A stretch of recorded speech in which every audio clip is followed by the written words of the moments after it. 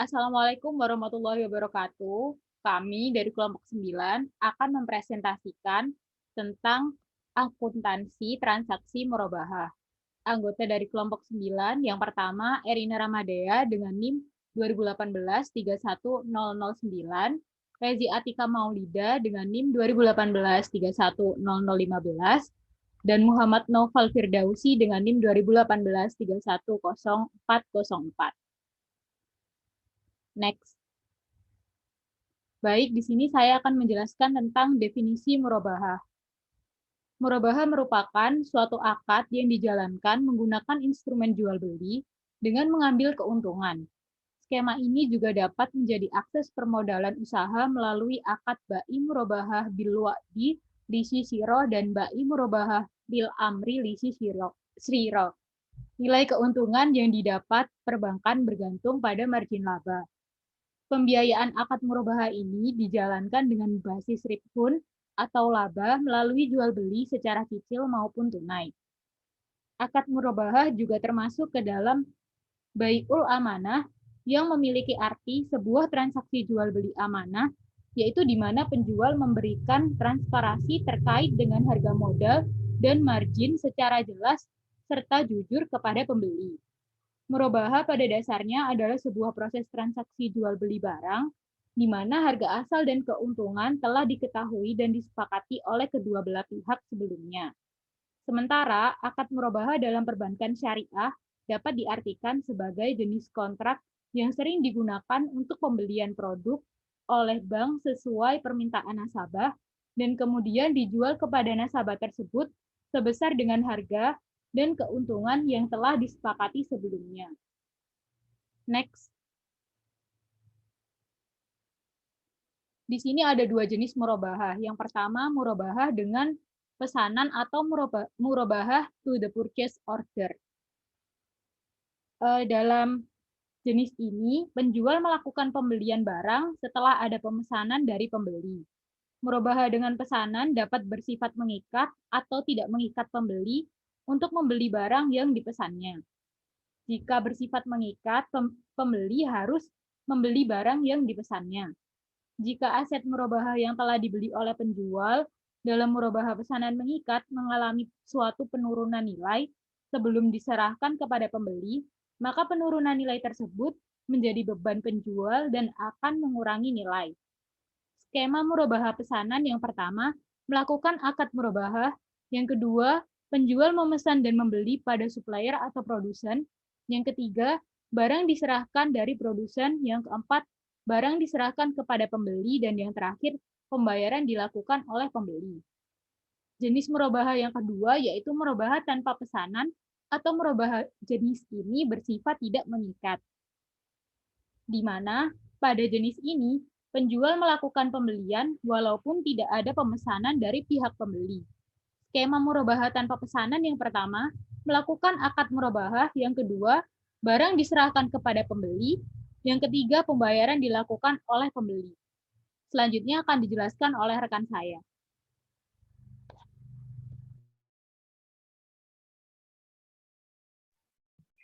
Terima kasih atas kesempatannya. Di sini saya akan melanjutkan presentasi dari rekan saya. Nah, landasan hukum murabahah ini ada Al-Quran dan Al-Hadis. Nah, yang pertama Al-Quran. Allah telah menghalalkan jual beli dan mengharamkan riba. Ada di surat Al-Baqarah ayat 275.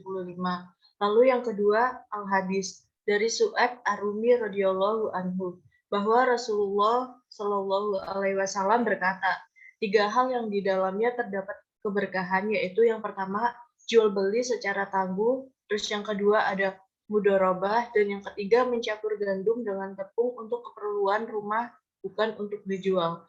Hadis riwayat Ibnu Majah.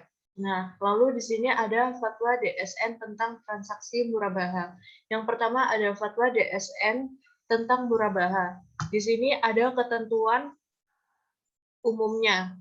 Yang pertama, bank dan nasabah harus melakukan akad murabahah. Lalu yang kedua, barang yang diperjualbelikan tidak diharamkan oleh syariah Islam. Lalu ada ketentuan murabahah kepada nasabah. Di sini nasabah mengajukan permohonan dan perjanjian pembelian suatu barang atau aset kepada bank.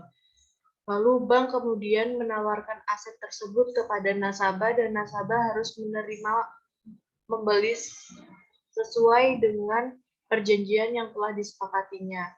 Lalu yang kedua ada fatwa tentang uang muka dalam murabaha, yaitu ketentuan umum uang muka. Yang pertama, dalam akad murabaha, lembaga keuangan syariah atau yang disebut dengan LKS dibolehkan untuk meminta uang muka bila kedua belah pihak sepakat. Lalu besar jumlah uang muka ditentukan berdasarkan kesepakatan. Nah, jika kedua belah pihak tidak menunaikan kewajibannya atau tidak terjadi perselisihan di antara kedua belah pihak, maka penyelesaiannya dilakukan melalui badan arbitrasi syariah setelah tidak tercapai kesepakatan melalui musyawarah. Yang ketiga ada fatwa DSN tentang diskon dalam murabaha. Nah, di sini ketentuan umumnya yaitu harga dalam jual beli murabaha adalah harga beli dan biaya yang diperlukan ditambah keuntungan sesuai kesepakatan. Lalu jika dalam jual beli murabaha LKS mendapat diskon dari supplier, harga sebenarnya adalah harga setelah diskon karena diskon adalah hak nasabah. Lalu yang keempat ada fatwa tentang sanksi atas nasabah mampu yang menunda-nunda pembayaran. Ketentuan umum yang pertama yaitu sanksi yang disebut dalam fatwa ini adalah sanksi yang dikenakan LKS kepada nasabah yang mampu membayar tapi menunda-nunda pembayaran dengan sengaja. Lalu yang kedua yaitu jika kedua belah pihak tidak menunaikan kewajiban atau tidak terjadi perselisihan di antara kedua belah pihak, maka penyelesaian dilakukan melalui badan arbitrasi syariah setelah tidak tercapai kesepakatan melalui musyawarah. Dan yang kelima adalah fatwa tentang potongan pelunasan dalam murabaha. Di sini ketentuan umum yang diatur dalam fatwa ini bahwa pemberian potongan tagih murabaha dapat diberikan dengan ketentuan yang pertama. LKS boleh melakukan potongan dari total kewajiban pembayaran kepada nasabah dalam transaksi akad murabaha yang telah melakukan kewajiban pembayaran cicilan dengan tepat waktu dan nasabah yang mengalami penurunan kemampuan pembayaran, lalu besar potong sebagainya dimaksud di atas diserahkan kepada kebijakan LKS, lalu pemberian potongan tidak boleh diperjanjikan dalam akad. Selanjutnya yaitu syarat dan ketentuan murabaha. Syarat dan ketentuan murabaha yang pertama, keinginan bertransaksi dilakukan dengan kemauan sendiri. Yang kedua, bank dan nasabah harus melakukan akad murabaha yang bebas riba. Lalu yang ketiga, bank harus menyampaikan semua hal yang berkaitan dengan pembelian. Contohnya yaitu apabila pembelian dilakukan secara hutang. Lalu yang keempat, bank kemudian menjual tersebut kepada nasabah pemesan dengan harga jual senilai harga beli plus keuntungannya. Dalam kaitan ini, bank harus memberitahukan secara jujur harga pokok barang kepada nasabah besar biaya tambahan yang diperlukan, misal ongkos angkut barang. Lalu yang kelima ada nasabah membayar harga barang yang telah disepakati tersebut pada jangka waktu tertentu. Dan yang keenam, untuk mencegah terjadinya penyalahgunaan tersebut, kerusakan akad tersebut, pihak bank dalam mengadakan perjanjian khusus dengan nasabah. Lalu yang ketujuh yaitu jika bank hendak mewakilkan kepada nasabah untuk membeli barang, dan yang terakhir adanya ijab dan qabul. Selanjutnya akan dipresentasikan oleh rekan saya.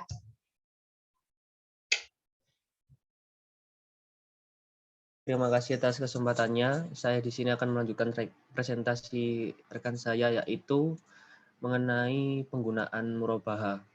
Jadi berikut ini ada beberapa manfaat dan kegunaan dari menggunakan transaksi murabaha, yaitu yang pertama adalah sebagai pemenuh modal usaha kerja, investasi maupun pembiayaan yang bersifat konsumtif seperti angsuran, rumah, kendaraan, dan lain-lain. Kemudian yang kedua adalah untuk pembiayaan kebutuhan produktif seperti mesin produksi, alat-alat perkantoran, dan masih banyak yang lain. Dan yang terakhir, manfaatnya adalah cara dan proses pembayaran serta jangka waktu pembayaran itu sesuai dengan kesepakatan kedua belah pihak. Jadi di sini nggak ada saling curigaan di akad murabaha ini, semua serba transparan. Next.